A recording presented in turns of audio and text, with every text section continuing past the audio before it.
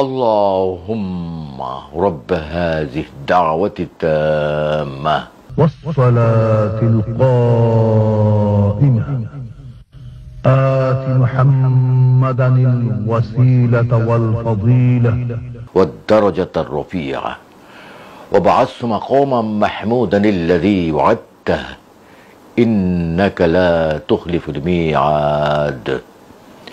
হে আল্লাহ, এই পরিপূর্ণ আহ্বান ও শাশ্বত নামাজের তুমি প্রভু। হযরত মুহাম্মদ সাল্লাল্লাহু আলাইহি ওয়াসাল্লামকে দান করো সর্বোচ্চ সম্মানিত স্থান, সুমহান মর্যাদা, এবং বেহেশতের প্রশংসিত স্থানে তুমি তাকে অধিষ্ঠিত করো। নিশ্চয়ই তুমি প্রতিশ্রুতির ব্যতিক্রম করো না। বিজ্ঞাপনে কণ্ঠ আমি লাখের উপরে ডকুমেন্টারি করেছি এবং আমার অভিজ্ঞতা, পাশাপাশি আবৃত্তি। তোমার ছবিটা দেখতে দেখতে ঘুমিয়ে পড়ি মা। অনেকদিন ঘুম হয় না, কাজের চাপে, সংসারের এটা সেটা করতে করতে কখন যে সময় চলে যায় টেরও পাই না। আমি সরকারি চাকরি ছেড়ে দিয়েছি কোনো ঘুষ খাবো না বলে। আমি আমার জীবনের শ্রেষ্ঠ কাজ যদি বলি, পবিত্র কোরআনের 30 পারা কোরআনের তর্জমা আমি করেছি। এটা এখান থেকে ওই 80 দশকে, যতদিন আল্লাহ হায়াত রেখেছেন আমি আল্লাহর পথে থাকতে চাই। আমি অন্যায়কে প্রশ্রয় দিতে চাই না কখনো।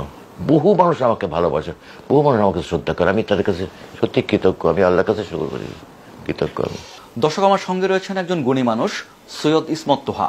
অনেকে হয়তো এইভাবে চিনবেন, 90-এর দশকে বিটিভিতে আজান শেষে যে দরাজ কণ্ঠের দোয়া শুনতেন, সেই ভয়েসটি সেটি কিন্তু ইসমত তোহার। ভাই কেমন আছেন?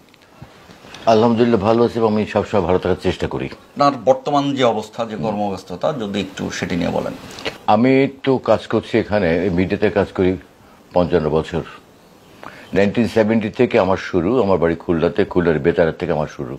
কিন্তু আমার অনুশীলনটা চলেছে যখন আমি ক্লাস 3-4 পড়ি, তখন থেকে। আমার কিন্তু কোনো ওস্তাদ ছিল না, নাইও, এবং কাউকে ফলো করতাম। একটা মানুষ যখন কোনো আর্টিস্ট হতে চায় বা যে কোনো জিনিস হতে গেলে তাকে কিন্তু কাউকে অনুসরণ করতে হয়, কারোর অনুপ্রেরণা লাগে। তো আমারও এরকম ছিল, কিন্তু সেটা তাকে আমি কখনো চোখে দেখিনি।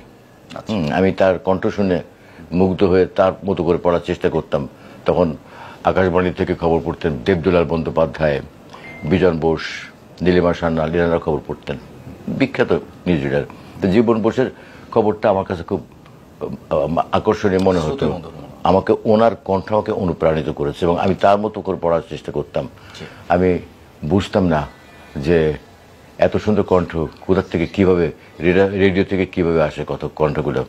তখন তো বিটিভি অত ছিল না, বিটিভি মানুষ দেখতো, সবার বাসায় টিভি ছিল না। আমার বাবা খুব শৌখিন মানুষ ছিলেন, তো ওই শৌখিন মানুষের শৌখিনতার কারণেই আমাদের বাসায় সব কিছুই তখন আব্বা করতেন আর কি। তো রেডিও শুনতাম তখনকার। আমরা যেমন এখন রেডিও খুললেই শুনতে পাই, শব্দ পাই, তখন রেডিও খোলার, যদি আপনি 7টার খবর শোনেন তাহলে আপনাকে 7টা বাজতে 2-3 মিনিট আগে খুলতে হবে। ভিতরে কতগুলো বাল্ব জ্বলবে, তারপর আপনি রেডিওর শব্দটা শুনতে পাবেন।